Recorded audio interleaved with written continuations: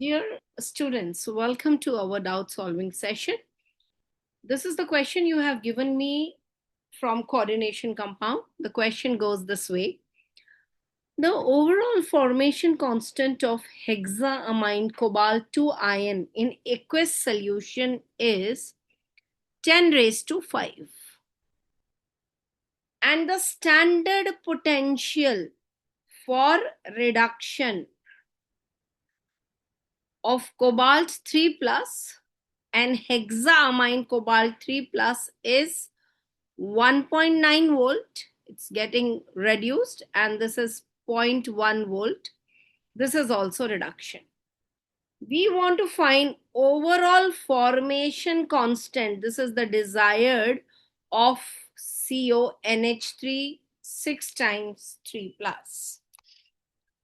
So how to find formation constant of this ion? As you all know, let us first frame what is given. They have given me formation of this. So let me just write formation reaction of this, which will be CO2 plus combines with 6 NH3, and in the process I get CO NH3 6 times 2 plus. This is one thing given. They have given me K1, the formation constant of this has been given to me, that is 10 raised to 5. Now here for hexaamine cobalt 3, I have to find the formation constant. So I'm just making this equation. I'm writing it in another color. I'm writing it in red, and the one which is in red is the one we have to find.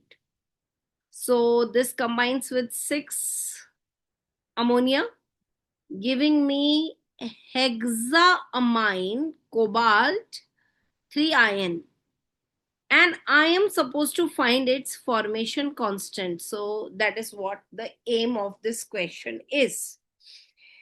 Meanwhile, we have been provided with these two data, 1.9 volt and 0.1 volt. If you see 1.9 volt wala equation, CO plus 3 combines with E minus and gives me CO2 plus. And using these two equation, I have to reach the red wala equation. So in this desired equation, what is the first thing I want? Desired equation में सबसे पहले जो मुझे चाहिए वो है ये CO3 plus, और ये CO3 प्लस फर्स्ट इक्वेशन में लेफ्ट साइड में है. मुझे भी ये लेफ्ट साइड में ही चाहिए. नंबर्स भी मैच हो रहा है. So I will not do any change to equation 1, and I will take 1.9 volt as it is. Second, मुझे अमोनिया चाहिए. अमोनिया दोनों में से किसी भी इक्वेशन में नहीं है, तो फिलहाल मैं इसे छोड़ देती हूँ. नेक्स्ट मुझे CONH3 6 3 प्लस चाहिए, जो कि सेकेंड इक्वेशन में है, और सेकेंड इक्वेशन में ये लेफ्ट में है, लेकिन मुझे ये राइट में चाहिए. तो मैं सेकेंड इक्वेशन को इमीडिएटली, इस इक्वेशन को मैं रिवर्ट करके लिखती हूँ. और जब मैं रिवर्ट करूंगी तो मैं वोल्टेज को भी रिवर्ट कर देती हूँ, साइन चेंज कर देती हूँ, -0.1 वोल्ट. ये दोनों को जब मैं ऐड करूंगी तो आई एम गेटिंग 1.8 वोल्ट. इस तरह से ये दोनों इक्वेशन को मैं रिवर्ट करके यहां लिख भी रही हूं आपके रेफरेंस के लिए.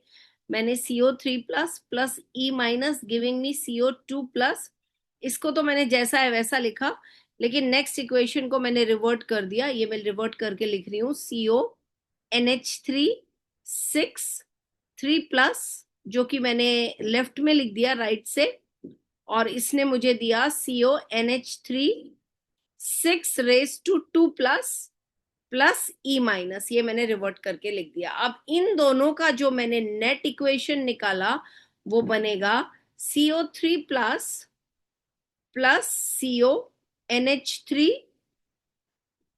6 times raise to 3 plus giving me CO2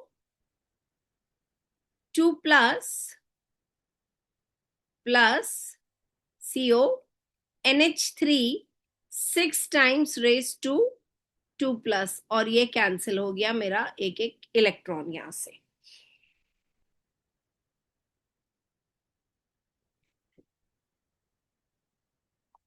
अब इतना होने के बाद मुझे जो ये इक्वेशन मिली, इसमें मैंने रिवर्ट करके लिखा है, मैंने राइट में ले लिया। रिवर्ट, जब मैंने ये रिवर्ट किया तो ये CO NH6, ये 2 प्लस यहाँ पे आएगा, यहाँ पे ये 3 प्लस आएगा, और यहाँ पे ये 2 प्लस आएगा, और यहाँ पे ये 3 प्लस आएगा। कारण ये देखिए मैंने रिवर्ट किया इसको, तो ये जो जो RHS में था वो मैंने LHS में लिखा, वो यहाँ पर थोड़ा मिस आउट हो गया था हमारा। तो हम इस डेटा पे पहुंच गए। अब इस डेटा का मैं के लिख रही हूं, तो मैंने इस डेटा का के लिखा, के हो गया। देखिए यहां पर लिखने के टाइम मैंने थोड़ा सा रॉन्ग लिख दिया था, लेकिन आपसे ये चीज एग्जाम में हो सकती है, ये चीज किसी से भी हो सकती है, लेकिन आपको घबराना नहीं है, आपको उसको सोचना है कि भाई हम कहाँ पे क्या हुआ, उस गलती को निकालिए और उसको रेक्टिफाई करिए। प्रेजेंस ऑफ माइंड बहुत जरूरी है। आप क्वेश्चन सॉल्व करते करते देखिए कि भाई कहीं कुछ गलत तो नहीं जा रहा है, एक बार टैली जरूर करना है, ये हमेशा एग्जाम में भी ध्यान रखना है। तो ये इक्वेशन हमारा बन गया। अब इस इक्वेशन में मेरे पास सारा डेटा है भी, correct. CO2 plus CO3 plus, ये मेरे पास पूरा डेटा है। इसमें से अगर आप ध्यान दें, जो नीचे वाला इक्वेशन है, ये वाला, ये डेटा मेरे पास ऑलरेडी है 10⁵ ऊपर वाला डेटा मेरे पास नहीं है, जो कि मुझे फाइंड करना है। अब इसको आप अगर इस इक्वेशन में सब्स्टिट्यूट करें, E0 = 0.059 अपॉन n, आपको याद होगा n यहाँ 1 इलेक्ट्रॉन है, आप देख रहे हैं 1 इलेक्ट्रॉन इन्वॉल्व था दोनों इक्वेशन में। log to the base 10 K2/K1, जो कि हमारा हो गया x/10⁵।